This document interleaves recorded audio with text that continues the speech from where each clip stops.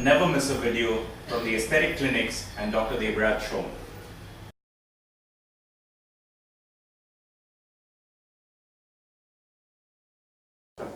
Ptosis or drooping eyelids can develop either congenitally, which is from birth, or they can also arise as a result of age. Ptosis surgery is of two major types. The first type of ptosis surgery is performed in those who have droopy eyelids, which means that because the muscle is not working congenitally or developmentally, we go ahead and put in a silicone rod sling which connects this muscle, which is the frontalis muscle, to the eyelid in order to raise the eyelid. The frontalis sling is actually a stretchable material, so you can actually close the eyes and open the eyes, not perfectly like God entailed that you would, but almost there.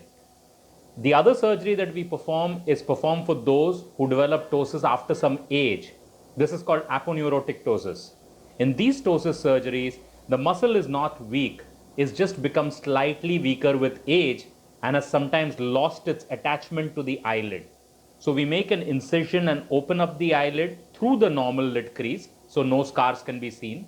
And then we go ahead and tighten the muscle and reattach it to the eyelid such that you can get the eyes to go up.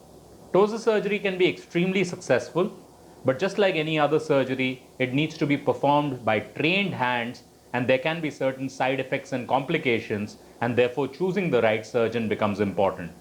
Diagnosing ptosis can be sometimes very difficult. Initially, the only sign that you can see of ptosis is a raised eyebrow, or maybe when you're looking down, one of the eyelids may look slightly lower. So in that sense, understanding what ptosis entails and getting the right treatment is very important. Thank you for your kind attention and a patient hearing.